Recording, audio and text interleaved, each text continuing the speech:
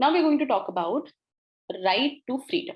ठीक है, हमने देखा था कि there are 6 groups of fundamental rights, जिसमें there is right to equality, right to freedom, right against exploitation, right to freedom of religion, right of minority institutions and lastly constitutional remedies. ठीक है, तो the second set of fundamental rights is right to freedom. ठीक है, इसमें आते हैं आपके articles 19 से लेके आर्टिकल 22 तक। ठीक है, सारे बहुत इंपॉर्टेंट आर्टिकल्स हैं। ऐसे बहुत there are a lot of case laws also which are there on article 19 and 21 particularly, but all of them are extremely important to understand. ठीक है, article 19 आप सबको पता है, it talks about protection of certain rights regarding freedom of speech etc. ठीक है, तो यहाँ पे there are a bunch of rights like freedom of speech and expression, then you have freedom to form associations, freedom to move freely, freedom to reside anywhere in the country, and freedom to practice any profession, trade, business etc. ठीक है, तो article 19 essentially आपके कुछ freedoms lay down करता है कि every citizen has these freedoms. ठीक है, now a very important thing to understand here is कि the freedoms are not absolute in nature। ठीक है, ये हर फंडामेंटल राइट के साथ है। ठीक है, आप कोई भी फंडामेंटल राइट देखो, nothing is absolute because first of all they are all related to each other. Okay, so they have to anyway be interpreted in such a manner that they're basically harmoniously constructed. Second thing is that almost all fundamental rights have restrictions on them. ठीक है, जैसे हमने equality पढ़ा तो हमने देखा कि equality का मतलब लिटरल इक्वालिटी नहीं होता है। इक्वालिटी में भी there are a lot of understanding that have to be there. ठीक है, so right to equality cannot be literal or mathematical equality. Okay, अब हम आते हैं राइट टू फ्रीडम पे। अब राइट टू फ्रीडम है, citizens do have the right to freely express themselves, they have the right to form association, unions, okay, they have the right to protest, they have the right to do a lot of things under article 19. ठीक है, but none of them are absolute, and that is the most important part of it because no freedom that is guaranteed under article 19 is absolute। ठीक है, आप 19(1) में freedoms देखोगे। ठीक है, जितनी भी 6 फ्रीडम्स हैं they are given in article 19(1).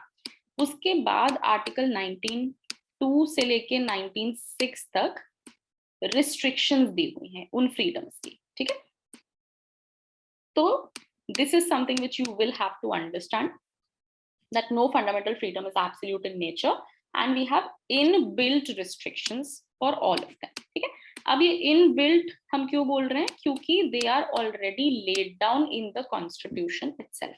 जहां पे right दिया हुआ है वहीं पे उसकी restrictions are also mentioned। ठीक है, we generally try to understand this in comparison with the American constitution। ठीक है, अमेरिका में आपने इन जनरली अगर if you been following the American culture via movies और टीवी शोज और podcast, then you might know that they have a very strong understanding of freedom of speech। ठीक है, not just freedom of speech but I think all fundamental rights they have a very strong and liberal understanding of it। ठीक है, and by that I don't mean that it's always a good thing because no freedom should be so absolute that there are no restrictions on it। So article 19 की खास बात ये है कि इसमें inbuilt restrictions हैं। तो अगर if you have to restrict any freedom or if you have to restrict the scope of any freedom, then you can only do it on the parameters that are mentioned in 19(2) to 19(6). ठीक है, अगर ये इसके बाहर गया तो that kind of a restriction will not be constitutionally valid। ठीक है, हम examples भी देखेंगे, we will take a look at a few case laws and we'll try to understand how this has been done। ठीक है, तो I think अभी जो सबसे recent example आप इसका imagine कर सकते हो वो है sedition वाला matter, right? क्यों? क्योंकि I hope you've been following this, this is some 2-3 months back वाला news that section 124A of IPC which deals with the offense of sedition, उसकी constitutional validity का काफी time से चल रहा है, right? So the government has been saying that we are going to revisit this, ठीक है, because they accept that it's a draconian provision and in spirit when it is applied it is very often misused। ठीक है, जहाँ पे sedition का कोई case नहीं भी बनता है वहां पे भी 124A लगा दिया जाता है and people are arrested and it very rarely leads to actual convictions, ठीक है, क्योंकि that's how lightly and easily sedition is basically invoked, ठीक है. So the government said that we'll consider it. Then the court did a very remarkable thing and they said that we are keeping it in abeyance. आप जब तक उस पे you can think over it, but till that time this provision will stay inoperative, ठीक है. अब ये fundamental freedom से कैसे related है?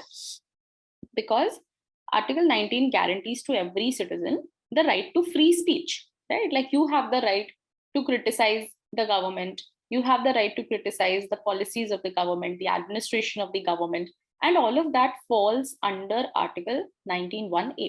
Okay, sedition as it stands in Article 124(a) could be said to be an unreasonable restriction. Why? Because of how it has been made, how exactly it is enforced, and also there'll always be a discussion of the previous rulings such as the Kedarnath Singh case. Okay, so alag situation, but all I'm telling you is that if any law, for example sedition in this case, if it is violating any fundamental freedom under Article 19 and if it is not falling under 19(2), then that law has to be declared invalid, ठीक है.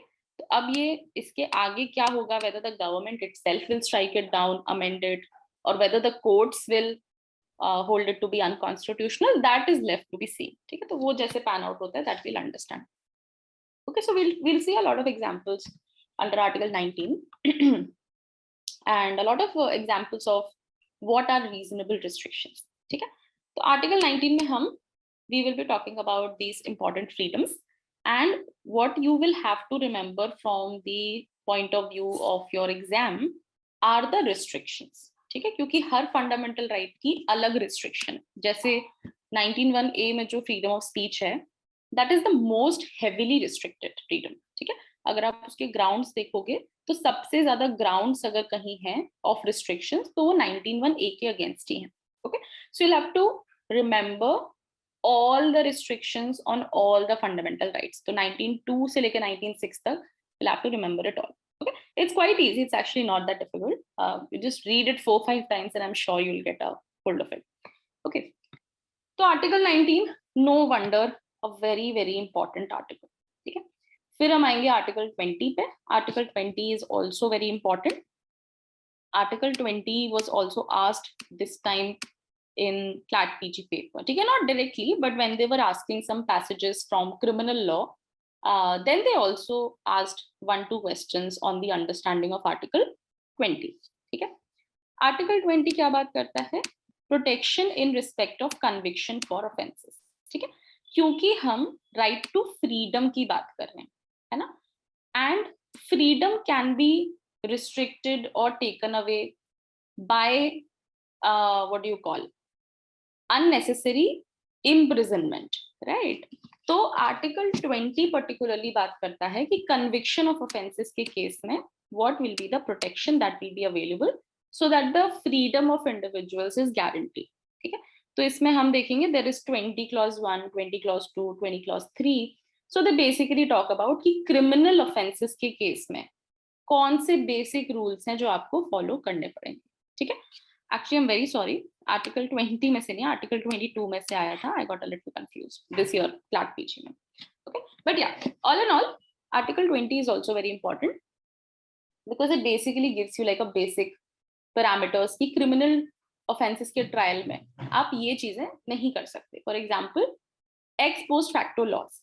आप जिस दिन offense हुआ है उस दिन जो law फोर्स में था या जो पनिशमेंट जो penalty was actually there in the books of the law, only that penalty can be imposed. ठीक है, तो एक बेसिक रूल की बात करते हैं कि अगर बाद में अमेंडमेंट से पेनल्टी इनहैंस हो गई या कोई नया ऑफेंस क्रिएट हो गया तो that will not impact the trial of people who have committed an offence on a previous date. Okay, then we will also see it talks about कि if there's a acquittal then that same person cannot be tried again.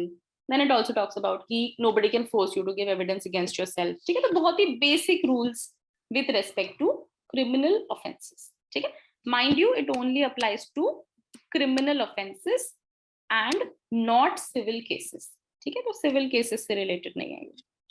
फिर we will come to Article 21, the most important, the most cherished article in the whole Constitution, that is protection of life and personal liberty. ठीक है, इसका scope बहुत wide है. I hope आपको already you must be knowing a little bit about it, because Article 21 is very short. It's barely one line article. It simply says that every person will have life and liberty. That the life and liberty will be protected, and the same can only be taken away by procedure established by law. ठीक है, तो हम हर एक word का meaning देखेंगे उसमें, and then we will also see some of the important jurisprudence that has developed under it. Okay, फिर 21A बाद में ऐड हुआ था right to education. पहले right to education आर्टिकल 21 के अंदर ही रीड किया जाता था. ठीक है, तो उन्नी कृष्णन का जो केस था आपका, Mohini Jain, all of these cases basically said that article 21 includes right to education. ठीक है, फिर उन्होंने separately ऐड कर दिया, तो that was even better. Then we'll see article 22, again very important article, because it talks about protection against arrest and detention in certain cases. ठीक है, protection against arrest and detention is very important. 22(1) and 22(2) talk about basic principles. ठीक है, कि अगर आपने किसी को arrest किया है तो आपको उन्हें उनके ग्राउंड्स बताने पड़ेंगे. You'll have to tell them, you'll have to give them access to a lawyer or legal services, and then you'll also have to present them before a magistrate within 24 hours, etc. ठीक है, तो basic safeguards against arrest. Okay, then it also talks about something called the preventive detention. ठीक है, which is the most important part, because यही part है जो actually contentious है. 22(1) and 22(2), but there is absolutely nothing that's happening new, right? But 22(4) to 22(7) पे there are important case laws. ठीक है, कि preventive detention कैसे हो सकती है, because this is detention that happens before any offense has happened. ठीक है, क्योंकि इसके नाम में preventive, as you can see, it is to prevent the offender or the alleged offender from doing something. ठीक है, तो इसके of course you can understand कि it's very vague, it's very wide, because in the name of prevention there could be a lot of power that the executive may enjoy. ठीक है, so we'll try to understand the legal framework with respect to preventive detention. और ये आपके CLAT के लिए relevant हो सकता है, क्योंकि preventive detention के जो laws हैं UAPA, इस पे there are a lot of important cases. ठीक है, generally bail से related cases important होते हैं, कि UAPA के cases में bail कैसे मिलेगी, कब मिलेगी, तो I think preventive detention laws will always stay relevant. Okay, so these are the bunch of articles that we intend to cover in this discussion. We will of course start with article 19. ठीक है, तो सबसे पहले तो आपको क्या आना चाहिए, you should know your Bear Act inside out. ठीक है, कि आर्टिकल 19 में सबसे पहले तो क्या क्या लिखा हुआ है, restrictions क्या हैं, that is the most important part, and then we'll move on to case laws as well. Okay, sure.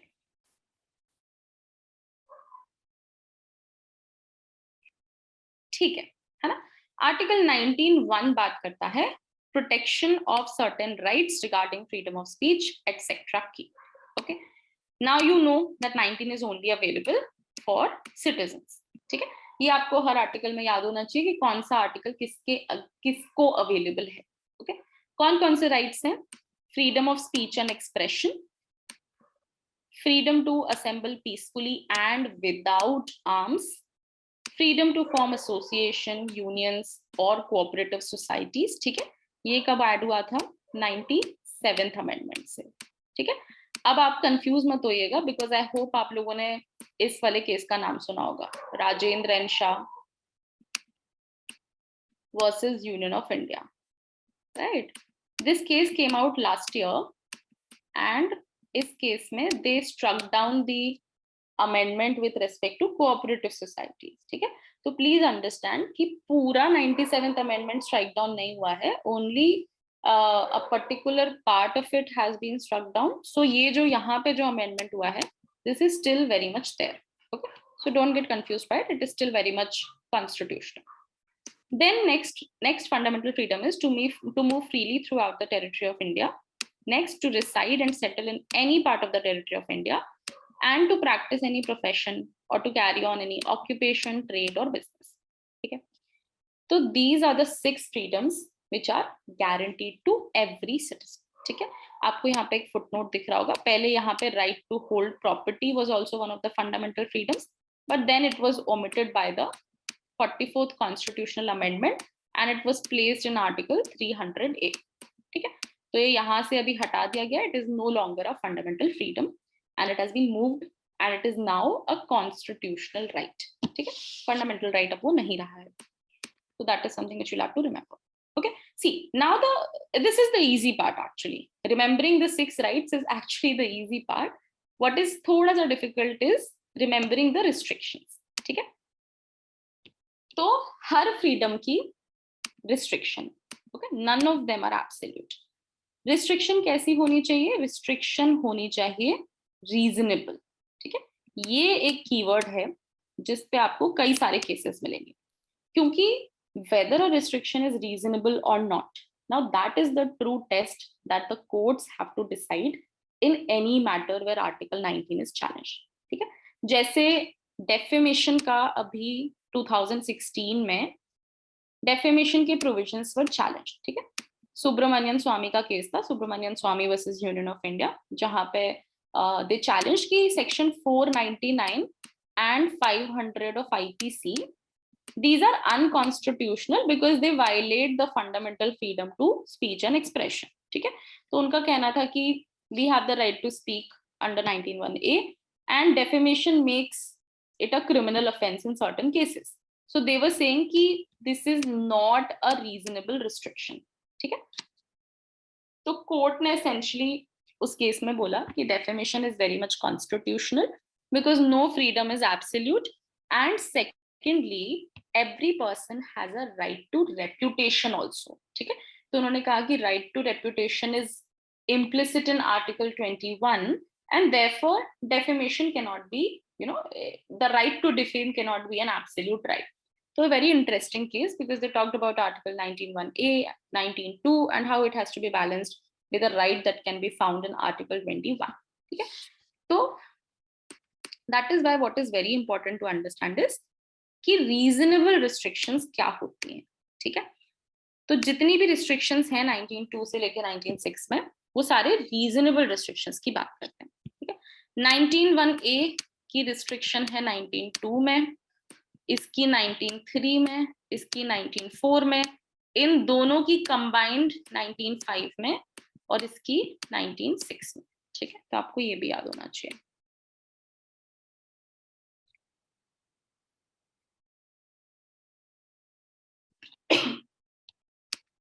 Now we come to restrictions. ठीक है, समझने का से ज्यादा कुछ नहीं है, एक्चुअली ये सब याद रखने का है and then what you actually have to remember will be the case laws. ठीक है, तो 19(2) बात करता है nothing in subclause A of clause 1 shall affect the operation of any existing law or prevent the state from making any law insofar as such law imposes reasonable restrictions on the exercise of the right conferred by the said subclause in the interest of this। ठीक है, तो ये जितने grounds मैंने highlight किए हैं, these are the grounds for 19(1)(a। Okay, सबसे ज्यादा ग्राउंड्स जो दिए हुए हैं वो 19(1)(a) के लिए। You can see there was an amendment also। ठीक है, sovereignty and integrity of India जो है ये 16th अमेंडमेंट से ऐड किया है। ठीक है, तो आपको ये कहीं भी दिखता है क्योंकि आपको आगे भी दिखेगा, all of this is by 16th amendment only. Generally amendment numbers याद होने चाहिए, राइट। अब देखते हैं कितने रिस्ट्रिक्शंस हैं। Okay, and this is all memory work that you will have to do, so nothing to be explained here particularly. First round is sovereignty and integrity of India. Second is security of the state. Third is friendly relations with foreign states. Fourth is public order. Fifth is decency. Sorry, 1, 2, 3, 4, 5. Okay. Fifth is decency. Sixth is morality. Seventh is contempt of court. Eighth is defamation. Ninth is incitement to an offense. Okay. So there are 9 grounds on which reasonable restrictions can be imposed. ठीक है, तो ये आपको याद रखने सारे restrictions, आप जितनी बार पढ़ोगे आपको उतना अच्छे से you will be able to retain it all. अब हम कुछ केसेस देखेंगे जहां पे कुछ चीजें इंटरप्रेट हुई होंगी। ठीक है, जैसे पब्लिक ऑर्डर क्या होता है। ठीक है, पब्लिक ऑर्डर और पब्लिक इंटरेस्ट में क्या डिफरेंस है ना, तो केस लॉज है उस पॉइंट पे जहां पे उन्होंने पब्लिक ऑर्डर का मीनिंग क्लैरिफाई किया है। फिर डिसेंसी और मोरालिटी, इनके ऊपर काफी हैं, जैसे कि फॉर एग्जाम्पल आपके जो वो मूवीज वाले केसेस हैं, राइट, जहाँ पे लेट्स से बैंडिट क्वीन वाला जो केस था, जहाँ पे उस मूवी को उन्होंने चैलेंज किया और बोला कि this movie should not be aired, right. तो वहां पे कोर्ट वाज डिस्कसिंग कि डिसेंसी और मोरालिटी के क्या ग्राउंड्स हो सकते हैं, या क्या टेस्ट हो सकता है डिसाइड करने के लिए कि क्या डिसेंट है और क्या इनडिसेंट है, ठीक है। तो इसमें आपको थोड़ी सी आईपीसी की अंडरस्टैंडिंग भी होनी चाहिए, क्योंकि वहां पे भी they do talk about all this. Contempt of court is very easy, ऐसे कोई केसेस नहीं है इसका अलग से। Defamation again Subramanian Swamy case, and incitement to an offence, ठीक है। तो essentially I think public order and decency ही है, and even morality I think, जहां पे you will find some case laws, right. तो दिस इज 19(2). ओके, अब हम जैसे से बाकी रिस्ट्रिक्शंस पे आएंगे, they are lesser in number. Okay, so 19(2) has the most of them. 19(3) जो बात करता है to assemble peacefully and without arms की रिस्ट्रिक्शंस पे। ओके, इस पे कौन कौन से रिस्ट्रिक्शंस हैं? Sovereignty and integrity of India, public order, and that's it, ठीक है। तो इस पे सिर्फ 2 रिस्ट्रिक्शंस हैं, sovereignty and integrity of India and public order. Okay, फिर 19(1)(c) has sovereignty and integrity of India, public order और मोरालिटी, ठीक है। तो एक और ऐड कर दिया उन्होंने पिछले वाले से, morality has also been added to this one. Okay, अब again as I said there is no trick to it, you just have to remember it, ठीक है। डीई यानी कि जो मूवमेंट की और रेसिडेंस की बात करते हैं, उसमें जो रिस्ट्रिक्शन हो सकती है वो 2 हो सकती हैं, in the interest of the general public और for the protection of the interest of any scheduled tribe, ठीक है। तो इन 2 इंटरेस्ट को प्रोटेक्ट करता है, इन दोनों के बेसिस पे reasonable restrictions can be imposed. Okay, जैसे आपको पता होगा कि फॉर एग्जाम्पल अगर आप कभी अंडमान गए हो, या आप किसी और सिक्लूडेड ट्राइबल एरिया में गए हो, लाइक असम और मेघालय और something, some of the north eastern states, then you will know that there are certain areas जहाँ पे आपको जाने के लिए पहले से परमिट के लिए अप्लाई करना पड़ता है, right, like you can't just go there. There are some areas where you can not go also, ठीक है। Why is that? If you have a fundamental freedom, it says that you can move anywhere in the Indian territory, then why is that? It is because it could either be in the interest of the general public or for the protection of interest of any scheduled tribes, ठीक है। तो कहीं कहीं actually बहुत ही core tribal areas में you may require a permit for going, and that is because of 19(5). Okay? Then last freedom, which is also very interesting, is freedom to carry on any business, profession, trade, occupation, etc. ठीक है, तो all in all आपको freedom दे रहे हैं कि as long as of course you comply with a few things, you're free to carry on whatever career you want to, follow. अब restrictions क्या हैं? Interest of the general public, and that is it, ठीक है। लेकिन ये तो एक बात हुई कि in the interest of the general public, reasonable restrictions can be imposed, ठीक है। लेकिन उससे ज्यादा इंपॉर्टेंट है ये 2 चीजें, ठीक है। Interest of the general public, as I said, बहुत ही वाइड अंडरस्टैंडिंग है, तो it could be anything. So for example जैसे कि अल्कोहल का ट्रेड है ना, अब ठीक है, you have the freedom to carry on any business, ठीक है। तो आप सोचो कि okay, I will open a shop where I will sell alcohol, ठीक है। Can you do that? Yes, maybe, depends on where you are. For example, if you are in Bihar, sale of alcohol there is not permitted, so of course you cannot carry on that trade there because the state has made a law in the interest of the general public, ठीक है। or even if it is allowed, can you start trading it? No, because you'll need a license for that. So all in all, what we are trying to say is कि carrying on any business, profession, trade or occupation is permitted if it is in compliance with the reasonable restrictions that the state has imposed, ठीक है। तो in that case there are 2 more requirements that have to be satisfied, ठीक है। state अगर चाहे तो state can also make any law for professional or technical qualifications necessary for practicing any profession or carrying on any occupation, trade or business, ठीक है। बहुत ही logical सी बात है, right? For example, अगर if you want to become a surgeon, right, you want to perform surgery on human beings and you do not have the degree, if you don't have an MBBS and an MD, Can you do that? No, right? Because professional and technical qualifications can be made a basis for it, right? For example, you can't practice in a court of law unless you have graduated your law degree and then you have, applied for a bar council license and then you have cleared the IB. Okay, so all of that. So, ये सारे rules cannot be said to violate 19(1)(g). Okay? So, because the state has the power to make a law providing for technical और professional qualifications, ठीक है।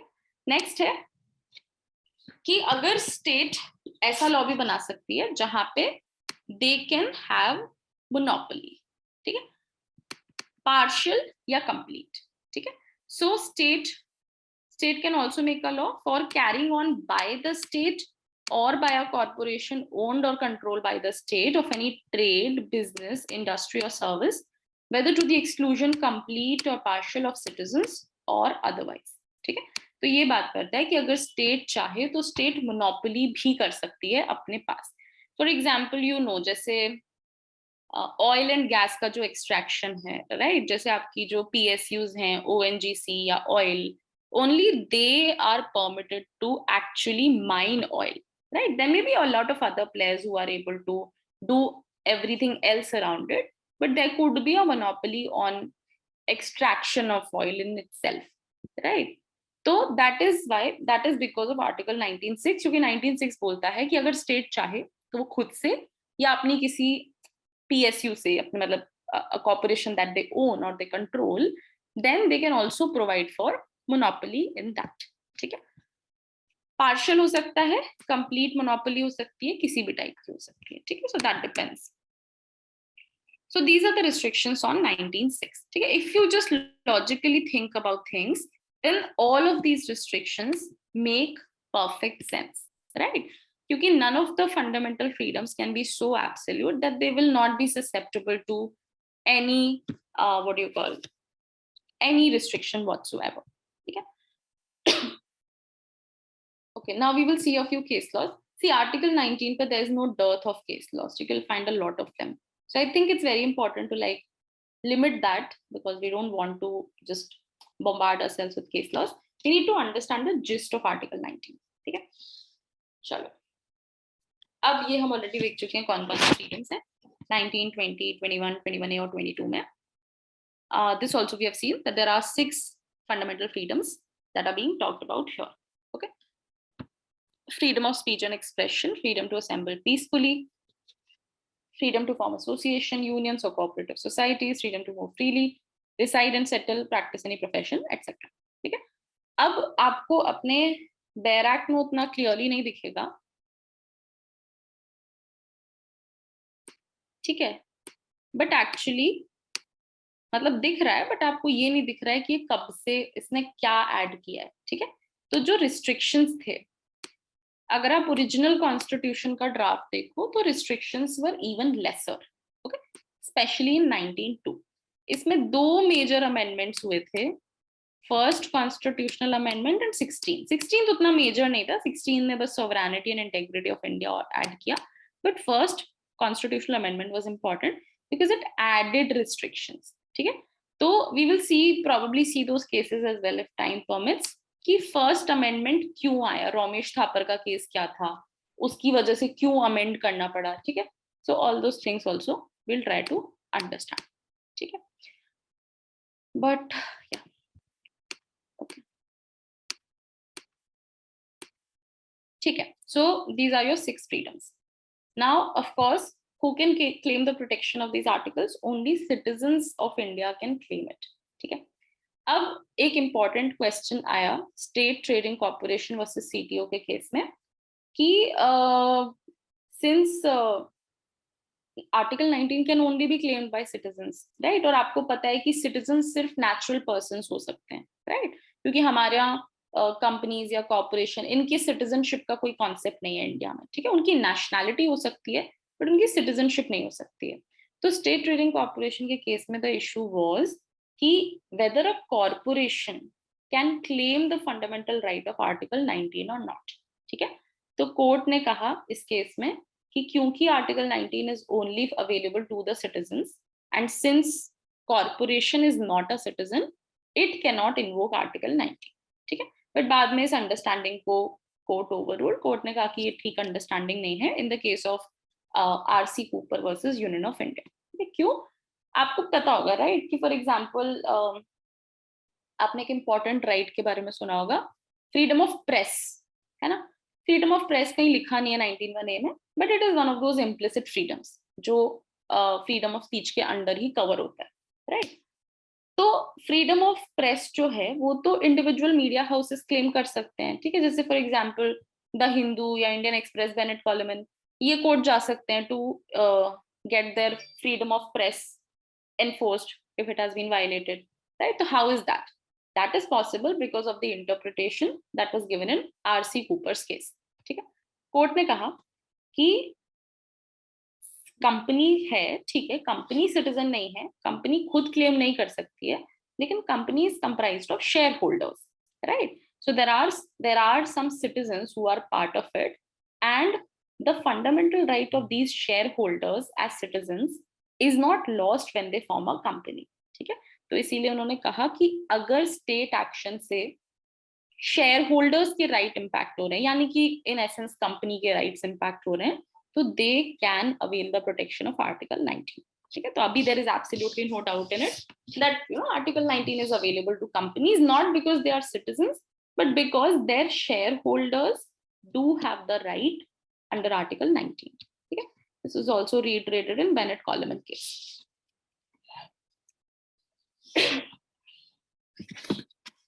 We have discussed this over and over that no fundamental right is absolute and they are susceptible to restrictions, ठीक है।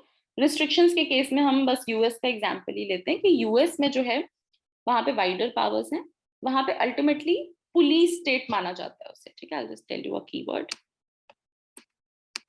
ठीक है, police state. अगर ये term आपको कहीं दिखे तो प्लीज अंडरस्टैंड कि ये इंडिया के कॉन्टेक्स्ट में यूज नहीं हो सकता क्योंकि हमारे यहाँ पुलिस स्टेट नहीं है, ठीक है। ये यूएस के कॉन्टेक्स्ट में यूज हो सकता है क्योंकि वहां पे जो फंडामेंटल फ्रीडम्स हैं, फंडामेंटल राइट्स हैं, वो काफी वाइडली वर्डेड हैं, ठीक है। They are quite wide and there are no inbuilt restrictions on them, ठीक है। बट इसका मतलब ऑफ कोर्स नहीं है कि आप उन्हें रिस्ट्रिक्ट नहीं कर सकते। तो वहां पे जो ये रिस्ट्रिक्शन का काम होता है वो एग्जीक्यूटिव करती है, right. The executive decides firstly कि क्या restriction लगाई जा सकती है, फिर of course that can be challenged before the courts also, ठीक है। तो वहाँ पे case to case basis पे decide होता है कि whether a restriction can be imposed in this case or not, okay। There are no inbuilt restrictions जो हमने 1902 से लेकर 1906 में इंडिया के कॉन्टेक्स्ट में देखे, okay। तो यूएस में जनरली पुलिस स्टेट है और वहां पे the freedoms are much wider and it does not have inbuilt restrictions, okay? India on the other hand has inbuilt restrictions on fundamental rights, especially article 19, the one that we are discussing right now. So yeah, providing inbuilt restriction prevents the application of doctrine of police power as is found under US Constitution. Police power is the power of promoting public welfare by restraining and regulating the use of liberty and freedom, ठीक है। India में बहुत ही limited scope है restrictions का, सिर्फ वो restrictions आप लगा सकते हो जो 1902 और 1906 में दी हुई है, ठीक है। इसके अलावा no restriction can be imposed and even that restriction which is being imposed will have to be tested by the court कि वेदर इट इज रीजनेबल और नॉट, ठीक है। तो that is something which has to be done.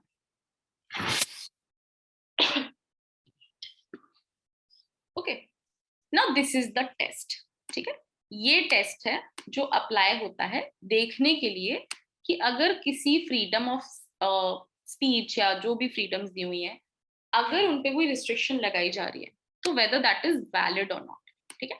तो there are 3 tests which have to be satisfied, ठीक है। सारे and है और नहीं है, all of these are mandatory, they have to be satisfied. सबसे पहले तो restriction can only be imposed by way of a law, ठीक है। आप पढ़ना दोबारा 1902 to 6 अगर आपने अच्छे से नहीं देखा, वहां पे लिखा हुआ है clearly, state can by way of a law do this, ठीक है। तो लॉ की रिक्वायरमेंट है that there has to be a law.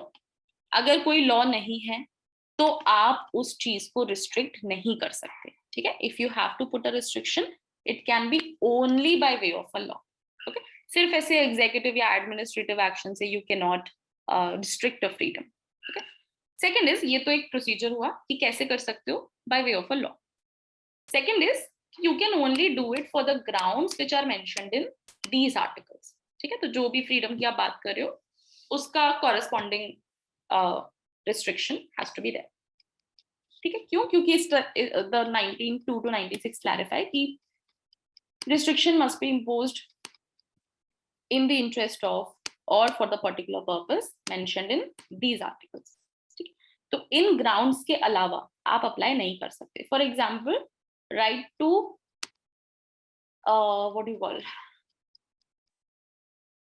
right to protest. ठीक है. राइट टू प्रोटेस्ट कहाँ दिया हुआ? एक्चुअली राइट टू प्रोटेस्ट दो जगह दिया हुआ है. राइट टू प्रोटेस्ट आप 19(1)A से भी इन्फर कर सकते हो और 19(1)B से भी कर सकते हो. ठीक है. तो right to protest is actually found in both the articles. Okay. But let's say कोई और राइट है, फ्रीडम है जो 19(1)B में फॉल कर रही है. ओके. तो आप उसको सिर्फ 19(3) के ग्राउंड से रिस्ट्रिक्ट कर सकते हो, है ना. आप 19(2) के ग्राउंड्स तो नहीं लगा सकते उस पे, which are a lot of them. So only those grounds can be imposed which are actually given for that particular freedom. Then lastly, the restriction has to be reasonable. ठीक है. अगर ये 3 टेस्ट satisfy हो जाते हैं तो फिर a restriction can be imposed on any of the fundamental freedoms under Article 19(1). Okay.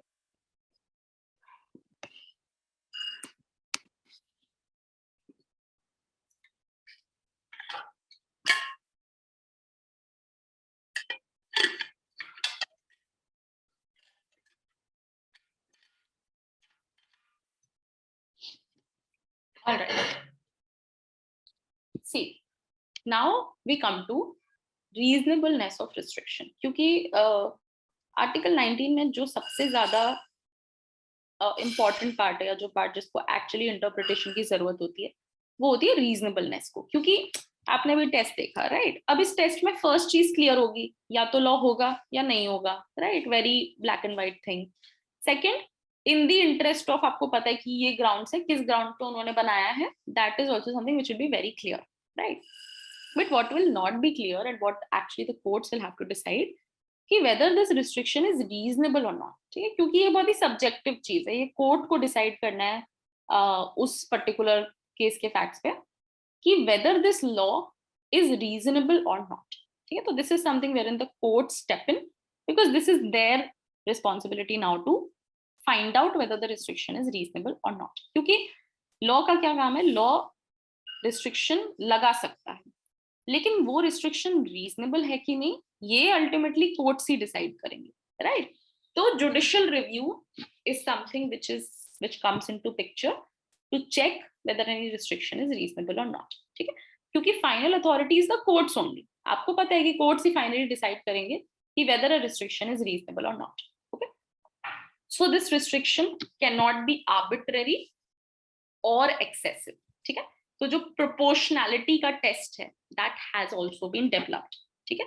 Article 19 में ये एक्सप्लिसिटली कहीं नहीं लिखा हुआ है, but it has been laid down in case laws कि जो भी रिस्ट्रिक्शन है that has to be proportional, right. कि आप क्या ऑब्जेक्ट अचीव करना चाह रहे हो और उसके लिए आप सिर्फ एक प्रोपोर्शनल रिस्ट्रिक्शन ही लगा सकते हो. ठीक है. For example we will briefly see the case of Anuradha Bhasin, जहाँ पे कश्मीर में there was an internet blackout at the time of article 370A का abrogation, right.